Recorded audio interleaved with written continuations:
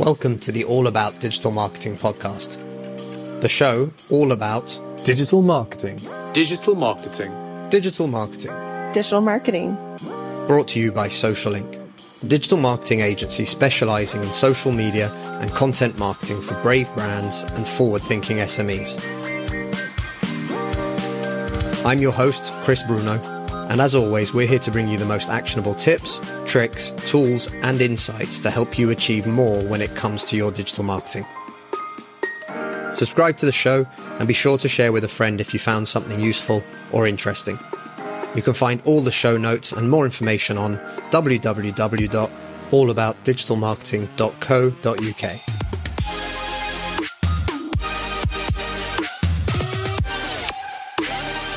Becky, thank you so much for joining me today. Thanks. It's so great to be here. Awesome. And I'm trying my hardest to have as much energy as possible because as we were just talking about, it's only 11 a.m. for you, but it's actually the end of the day nearly for us and it's 4 o'clock gone here in the UK. But for anybody who doesn't know you, Becky, can you tell us a little bit about yourself and what you're currently doing? I am happy to. So I am the founder and CEO of a digital marketing agency called Weaving Influence. I started my business in 2012. I'm also a mom and a marathon runner. And I'm exceedingly passionate about creating opportunities for others. This is awesome. You're going to give me so much to talk about already just there in your introduction. So let's start off with the business side of things. So you said you started in 2012. How has the journey been? You know, you're 8 years into it. How's everything going? And what are some of the challenges maybe that you faced in those 8 years? Sure. I'm happy to share that. So one of the things that's unique about me is I never really set out to start a business. I was looking for a career after having stayed home with my daughters for about 9 years, and I started doing some freelance work. And I soon saw that some opportunities were coming my way. So I started taking on some freelance projects. And pretty soon I realized that I couldn't deliver all the work myself, which is how I started to build a team back in 2012. So I never had a business plan. I never really had any goals written down on paper or, necessarily any vision of where I would go, except for I was really inspired by this idea of wanting to create opportunities for others. Particularly as a mom, I really value having a flexible job that allows me to be present with my kids. I make dinner every night. I like to take time to exercise and read and, pursue hobbies outside of work. And so my idea was whatever life it is that I want to create for me, there are other women or other people who would like to be able to have that same opportunity to have work that fits their lives, that's meaningful and purposeful, but yet doesn't completely take over. And so I started to hire a team back in 2012 and, fast forward 8 years, we now have an employee team. That number is 12. We have a number of contractors who contribute to our work. And what I said before, I'm most compelled by this idea of creating opportunities for others and the chance to really build relationships with my team and see them thrive in learning new skills and contributing to projects in new ways. And that part has been a lot of fun. In terms of challenges, there have been so many. Anytime you hire people are messy. And, sometimes hiring decisions don't work out, which can be really painful. I've hired friends and family members and had, situations blow up, and that's no fun. There have been times where our expenses have exceeded our revenue. And, there are those times as a startup entrepreneur that you pay the team, you take personal money to do so, for many years, not taking a paycheck. So there are those financial challenges I think that every entrepreneur faces. I think some of those points that you mentioned there are huge and massive. They come as a massive surprise to a lot of people when they start out. And actually, I don't know why. And I think it's because more people don't actually talk about that. They talk about the benefits and how great it is that now that they're self-employed or that they own their own business. But they don't necessarily talk about, like you just mentioned there, those months, especially in the early days where you're not taking salary, where you have to keep pumping in money necessarily to help cover whatever it might be, wages, rent, or anything else. And I think those challenges actually have a huge impact on the founder or on the owners of the business, more than a lot of people realize. And it's something I think that's coming to light a lot more, that it can actually be a very heavy mental strain for people as well. Have you found that along the way on the journey? I know I have, for sure. But have you found that as well, that it's been quite difficult at some times to keep finding that focus and that energy to carry on when things are getting tough, or when things are sort of adverse? Well, certainly there have been those lonely and scary moments. A mentor of mine, her name is Whitney Johnson. She's a best-selling author. Definitely check her out. One of the things that she often says, and I actually heard her say it on her podcast when I was listening last week, if you're lonely and it's scary, you're on the right track. So what I would say is, for any entrepreneur who's out there who's really feeling those moments of discouragement or feeling alone, or, being surprised by the roadblocks, there are so many moments like that, moments spent crying at my desk, or, I remember times of just stopping at the grocery store on my way to work and just praying, God, I need your help to keep going today. Help me figure this out. It's scary right now. Where I am right now, 8 years in, is a little bit different. So one of the great pleasures of my work life right now is that I have a couple of vice presidents who are working in my company with me, and both of them have worked with me for many years. And so we have this loyalty and connection now where I can really depend upon them. And it definitely feels less lonely and less scary, because we're sharing the goals and the vision for the company, and we're co-creating together the future that we want to build. So I feel a lot more kind of surrounded and supported now than I did, in those early years. So even though I am the owner, I feel them sharing ownership with me in a way that really helps to make the whole endeavor so much more joyful. I think that's a huge thing. And I think, again, it's the support mechanism that people have around them, especially when you said, like you mentioned there, those lonely days where you feel like everything's coming down on you. And it can be a bit of a dark cloud around you at that time. And we were talking on the podcast with Travis Ketchum, a friend of mine now, but I met him in 2013 in LA or San Francisco, actually, at a conference. And he's a founder. He's now set up 2 very successful businesses, but on his own at those times, the two of us would kind of have these chats where we realize that actually you do have a support network, and that there are people you can reach out to. And I think that's something that's really important. If you are struggling, or if things feel hard or anything like that, actually do try and reach out, try and find people that either have experienced those same things. I think, Becky, you just mentioned there, one of your mentors. I think that's one of the huge things in business, especially, that you can find other people that'll be willing to share insight, to help you through bad times, to help you understand what you're going through, and understand that you're not alone going through these things as well. So I think that's very, very important. And I think, Becky, as well, I'll drop the link to your friend, the author, into the show notes as well, if that's okay with you, just so that yes, people can check her out as well. So in terms of the business that you're running, it's very much a niche industry that you've ended up in. Is this something that just sort of happened by accident, or was this due to the opportunities that you found back in 2012? Sure. It actually started before 2012. So I arrived on the social media scene in about 2009 when an old friend encouraged me to set up a Facebook account. So one of our core services in the beginning was social media marketing. The other place that the kind of beginnings of my business came from was that I had been working as a social media marketing director for a leadership consultant. And one of his first projects for me was launching his business book. So I put together social media marketing plans. This was probably back in, say, 2011. And what happened was, as I was promoting this consultant's book on social media channels, especially Twitter, I made a lot of new relationships. So then other business book authors were seeing what I had done and asking me if I would be willing to partner with them on their launches. Whitney Johnson, who I referenced, actually, her first book in 2012 was one of the very first books we launched. And part of the reason was I met her, and her story and her book was so compelling that I was willing to take a risk and, kind of offer my services out there in the market outside the job that I previously had. So basically, I began to be known for this niche of using social media to market business books. And since 2012, my team and I have launched over 130 business books. And that really is what we're most known for. But we also have a wide range of digital marketing services that we offer to our clients.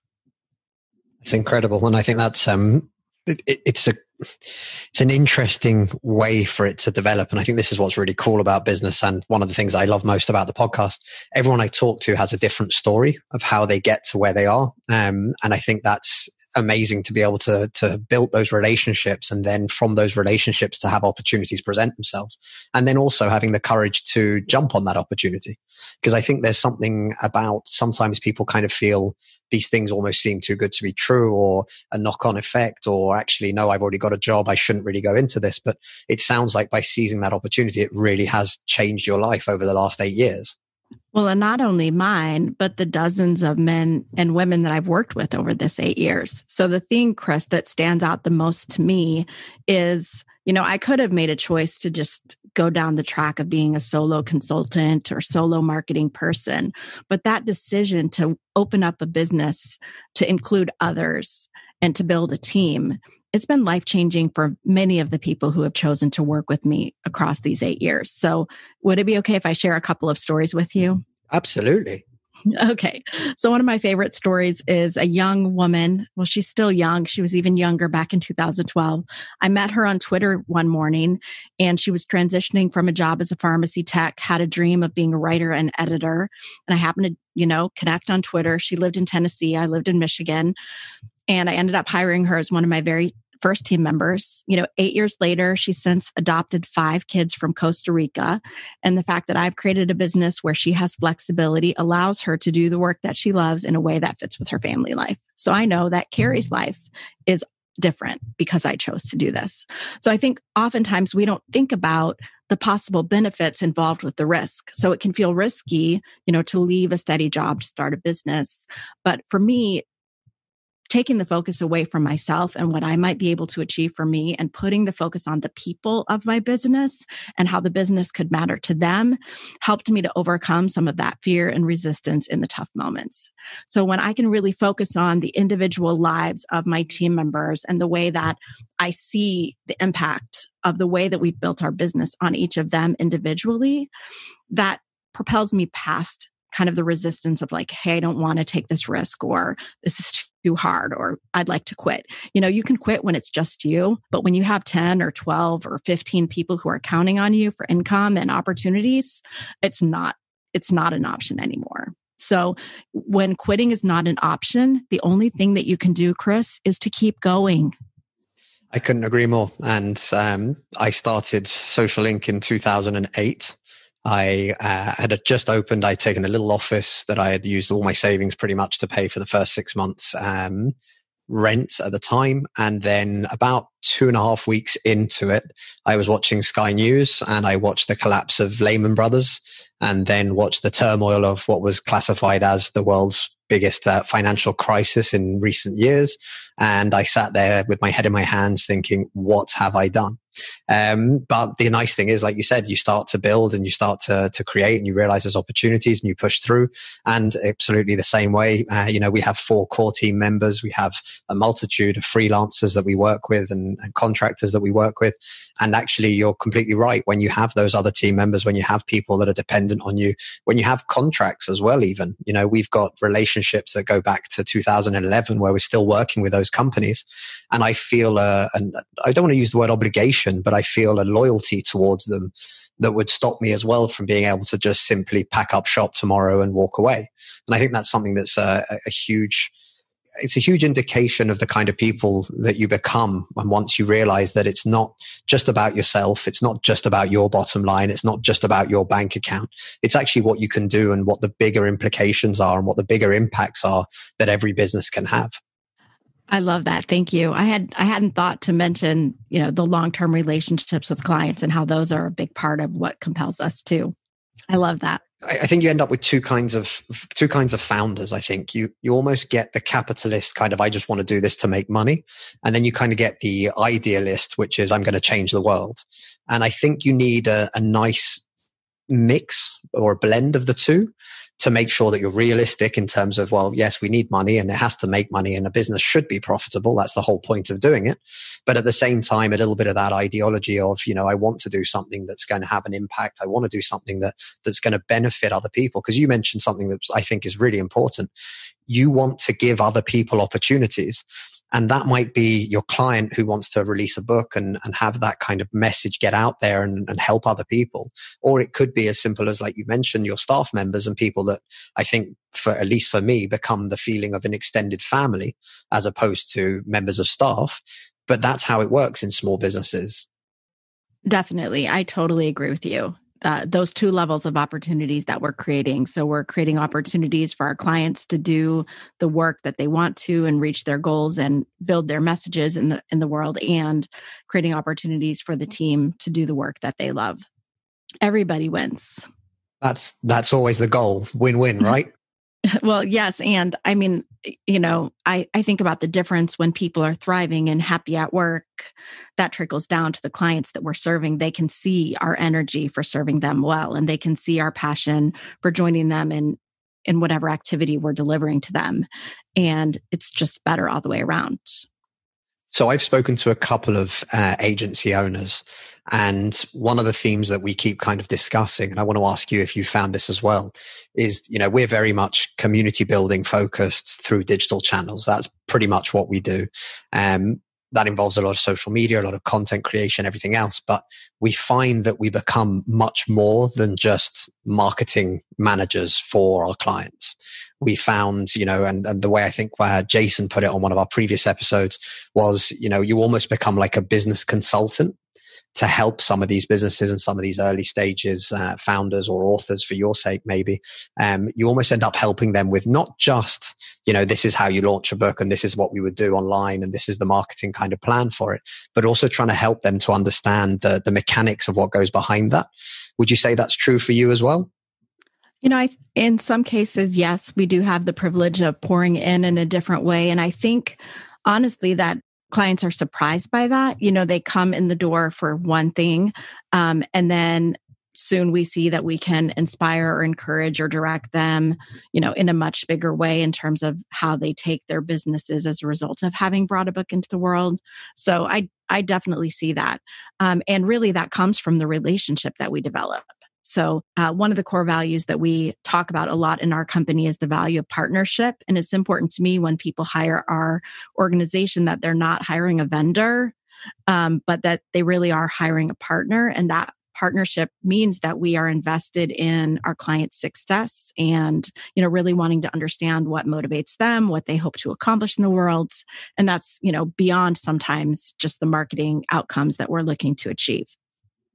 I think that's a really nice way of putting it. And for me, I'd have to agree with you 100% in terms of it's the feeling of we're working together to do this for both of our benefits, but it has to have that feeling to it. And we find that actually, over the years, we've had lots of situations where, I'll get an email saying how much to do social media. And I'll reply basically with something remarkably tongue in cheek, which I probably shouldn't, but I'll reply with something along the lines of, how long is a piece of string? Because what is it that you want? Do you want me to write you 5 tweets and charge you a tenner? Well, okay, we can do that, but I really don't want to. And it's not going to have any impact on your business. And we found that by helping clients to understand a more holistic approach, so whether it be a blend of inbound, outbound, social content, written video, whatever it might be, but by having that ability to be able to have open conversations where you can tell them, this is what we're going to do. This is an experiment for something else. This is how we're going to try and change and challenge these opinions. These are the ways that we're going to communicate with people. Invariably, the results prove themselves. They're the things that really, solidify the foundations in the future. And I think that's the most important part. So I don't really think I have a question. I think I'm just kind of rambling and kind of backing up what you said.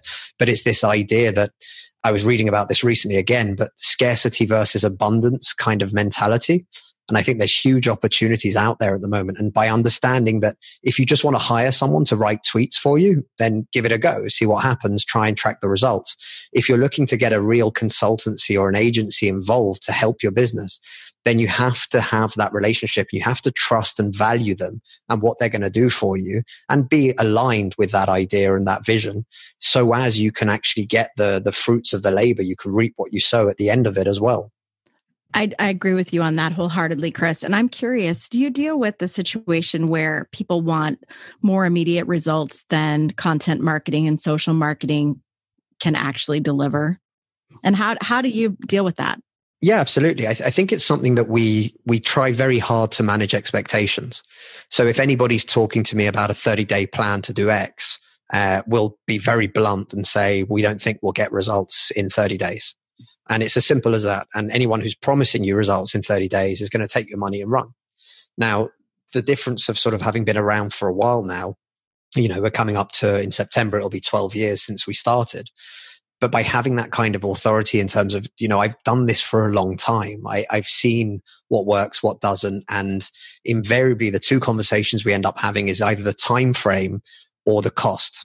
And those seem to be the things that people focus on, which is completely, for me anyway, is completely balmy in the sense of, we're talking about building a community, something that will serve you for the rest of your life or for the rest of the company's life, if you do it correctly and if you're willing to put that investment in. And people don't often understand that that comes with a huge amount of human interaction. With the best will in the world, you can set up a bot to answer people on your Facebook page if you want to, but that's not the same as somebody, actually a physical human, taking the time to engage on behalf of your brand into Twitter chats or get involved in conversations or start or even, join other conversations on your behalf. All of those things take a huge amount of human resource to do properly and to do well and to help you actually build that community. So we try very hard to bring that to the very initial conversations. And it's something I learned probably about 8-9 years ago after having done this for a couple of years, that at the very beginning, you kind of end up chasing bad profits, or at least what I call bad profits, which is this idea that, we need to make money as a business. We've got staff, we've got overheads, we've got rent, we've got whatever it might be. And therefore we have to take on work. And now I'm very aware and very conscious that if something feels like it's going to be a bad fit, I'd rather not work with them, because the end result is going to be, I can't manage their expectations. I can't help them to see that this is a longer term process rather than short term wins. I can't help them understand the value of the product if they just don't see it. And invariably at the end of that, I either end up getting somebody that hates us or says that it doesn't work, or even worse than that, goes around telling people content marketing and social media marketing is for suckers, it doesn't work, or anything else, when in the reality of it is they just haven't invested in the right way, or they haven't valued it as a process to take place over 3 to 6 months as opposed to over 3 to 6 weeks. That whole managing expectations thing is really challenging, but I love, Chris, the reminder that it's okay to say no to work that isn't going to be profitable if you know that you're not going to be able to please the client or get the results they want. And that's, for me, been a hard lesson, certainly. I think that's how most of us learn it. Unfortunately, if it was easy, then we'd all know it from day one. But the reality is, though, as well, when you are starting a business, you do have very different needs to when you're slightly more established. But I think the important thing is, again, if you just say yes to everything, the chances are you're not doing something very, very well. You're just constantly saying yes and trying to sort of tick boxes. Whereas I think when you can stick to what you honestly believe, and this is something as well that when you're first starting out in a business or anything else, people are very vanilla.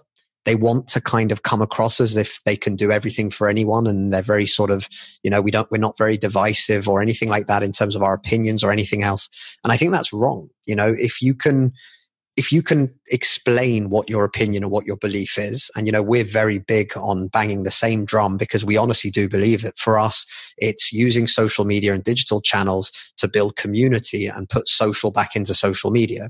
You'll basically see that message in everything that we do, in blog articles and videos, even our personal vlogs with myself and my co-director, James. But we're constantly banging a drum that is not for everybody. And we're okay with that because we don't want to attract everybody. We want to attract the people, the businesses that actually do want to build a community, that actually do want to have real conversations that will lead to conversions and lead to building a community that will help them, not just today, not just with their product launch today, but actually in 5 years' time. It'll help them with referrals over that time. It'll help them with people talking about them, with brand recognition, with people actually engaging with their content when they're sharing it, because you tick a box for them, which is they either agree or disagree. And that's something that I think is a hard transition for a lot of people to do, because they're scared of alienating, when actually they don't realize that when you alienate half of the people, you're also bringing half of the people really close to you at the same time. That makes perfect sense. I bet you have some great stories about amazing connections you've made through social media over the years too.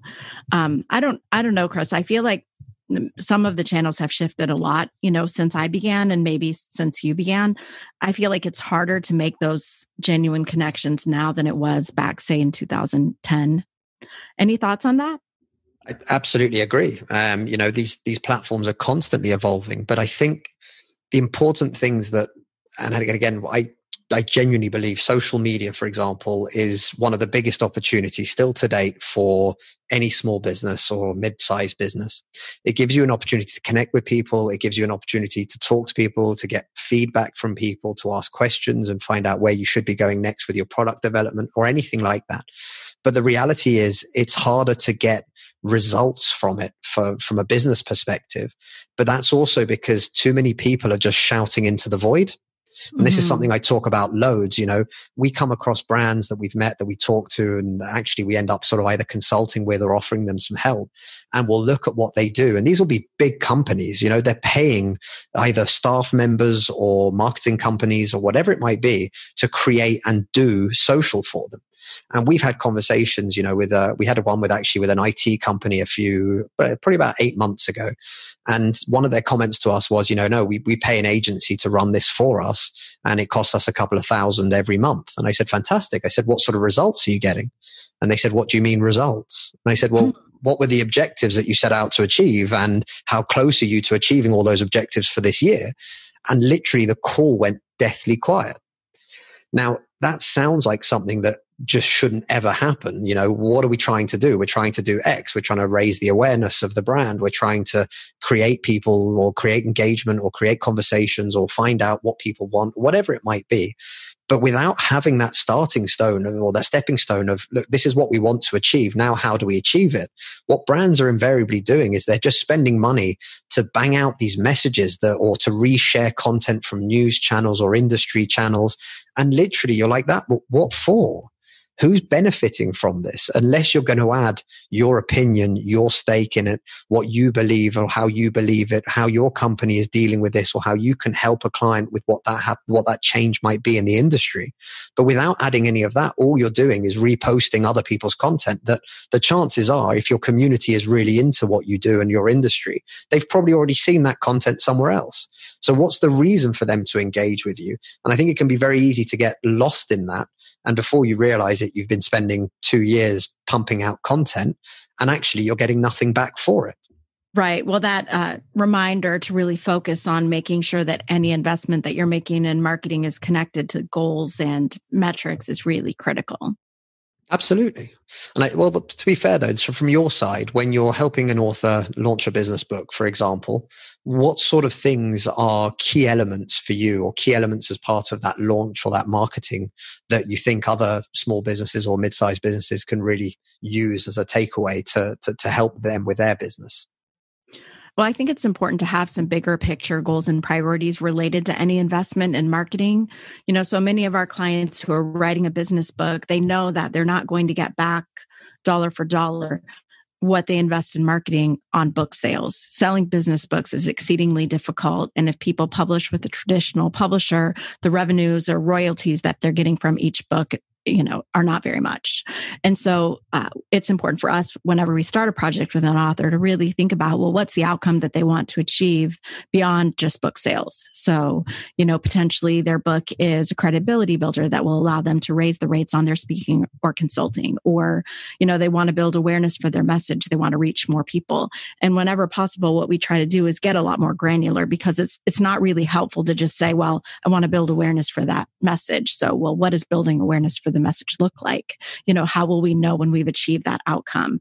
And so we, as we scope work for clients, when we're writing a proposal or, when we're writing a strategy, we try to get as specific as possible as it relates to the outcomes that they're hoping to achieve and how we're going to know we were successful together.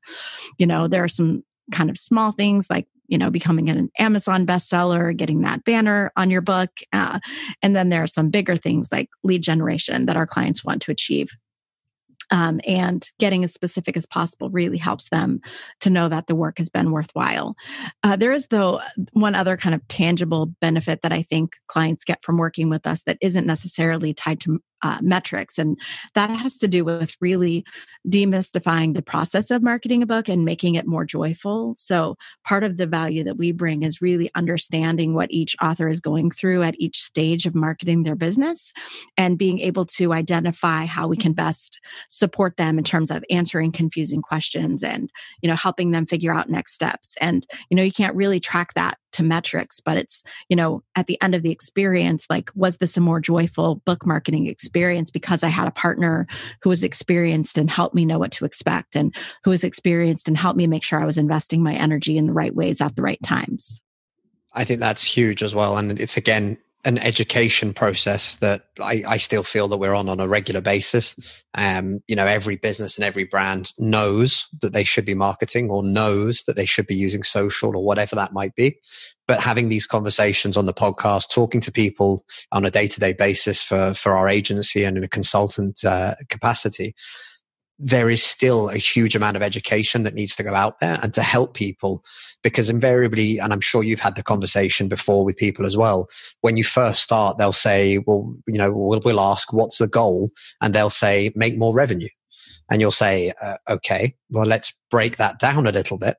And even just that educational step or that help and that consultancy step to help them break down what that actually looks like. Because like you mentioned, launching a book it's not just about making sales and making money off the book. It's about, becoming an authority within your domain or within your sector. It's about having that thought leadership out there that can help you then to secure higher rates on your consultancy business or your speaking opportunities, or even open up new speaking opportunities. It can do so many things, and all of those things will invariably impact revenue, but you're no longer looking at the goal of, well, what's the dollar for dollar result? Because if that's the only thing you're looking at, then you're probably missing out on half of the opportunities that are actually presenting themselves from the marketing efforts in the first place. That's definitely true. You have to know what to look for. It's always a challenge to know, but again, if you're listening to this, don't hesitate to contact us, either Becky or myself, and ask questions. That's the whole beauty of social media from my side of it. Anyway, when I want to know something or when I'm trying to figure something out, I can go out there and I can ask people that have been there, that have done that have seen this, and you can ask questions, and people invariably, most of the time, I'm not going to say everybody all the time, but most people will come back and they will take the time to put a little bit of effort in and reply to you and give you some insight or give you some helpful tips or even just a bit of a point in the right direction. And that's something that can really help you in terms of what your efforts are going towards or what you're really focused on. Becky, from your side, what do you think are the biggest opportunities right now in terms of the channels, in terms of the mediums or anything like that? What sort of things do you think are really presenting great opportunities for small to mid-sized businesses? Well, so I'm going to say something a little bit maybe counterintuitive and contrary to what others might say. So primarily the types of businesses that we're consulting with are, solo business owners who are consultants or coaches or training organizations. That's the niche of the particular clients that we're serving. And one of the things that I think is a huge opportunity for any of those smaller organizations is to make sure that any investment that they're making in marketing is sustainable. So I know a lot of social consultants might say, you need to be on LinkedIn, you need to be on Instagram, you need to be on Twitter, on Facebook, on Snapchat, you need to do all the channels. And where I'm seeing the greatest opportunity is really with clients who choose to focus on a channel where they enjoy showing up and where their target audiences can be found. So in many cases with our clients, we're not advising folks to start a Twitter presence if they don't already have one. I would far rather see people make a commitment to showing up in a meaningful way on one channel than to spread their attention across 5. So a big opportunity is create a cadence of content marketing and social marketing that is sustainable for you, that you can execute on faithfully, where you can have the energy and joy to show up and make real connections and let go of all the rest. And my clients love hearing that, right? Because they don't want to be told that they have to show up everywhere. And I don't think there's a lot of value in showing up everywhere. So yeah, for what it's worth, there's sustainable value to be gained by focused, consistent efforts, making a commitment to a particular cadence of social content marketing, and showing up and letting go of all the rest. We only have so much time and we only have so much money, and focusing that time and investment is really critical. You've reminded me of something that happened to me about 5, maybe 6 years ago. But we started talking to a company, fairly good company in terms of size, revenues, and everything else. And their idea was, we want to be on social media. And we thought, this is fantastic. So this was before the days of Snapchat or TikTok or anything like that. But it was a case of, we want Twitter, Facebook, LinkedIn, YouTube, and we want to make it all work, and it's got to be great, and one thing and another. And so we sort of took a step back, and the first question obviously is, well, budgets for all of these things, it's going to start to cost a lot of money, especially when we get into the video stuff. This was back in 2014, I think. So it was long before you could pick up your iPhone and have 4K or anything like that. It was before live broadcasting on Facebook and things like that as well. So it required a lot of effort and sort of input, let's say. And one of the questions that we just sort of asked after the budget question, which clearly stated that, this was never going to work. But one of the questions was, what are you going to post on all these things? And they turned to us and they said, well, that's what we're hiring you for. And I was like, but what's the goals? What are you trying to do? What is it that's actually going to bring value to the audience that you're trying to target? And at that point, they just kind of looked at us. And again, I think what you said there, instead of trying to be all things to all men on all platforms, actually consistently turning up and enjoying turning up on one platform will have more of an impact, especially in the early stages of a business, or when resources, like you mentioned, time especially, are limited. You will get more value from that and build a better community on one platform than you would if you started spreading yourself so thin. You don't particularly like the video bits that you're doing on YouTube, but you're just doing them for the sake of doing them. And then suddenly that comes through. It permeates into every aspect of your messaging, of how you're talking, of your body language, your tone. Everything represents that you're just kind of showing up because you feel you have to. Mm-hmm. Yeah, that's really helpful.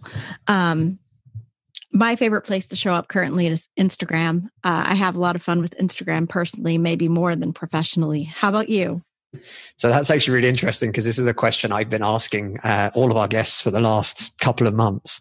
My personal favorite at the moment is probably actually turning into LinkedIn, not just for the work stuff, but even for the kind of conversation and getting involved in conversations. It's just really hitting the mark for me in terms of what I want to talk about. And then for a little bit of a distraction, it's very much things like Twitter. I enjoy short, brief. I can come in and out, and I don't feel like I'm getting sucked in for the large amount of periods of time.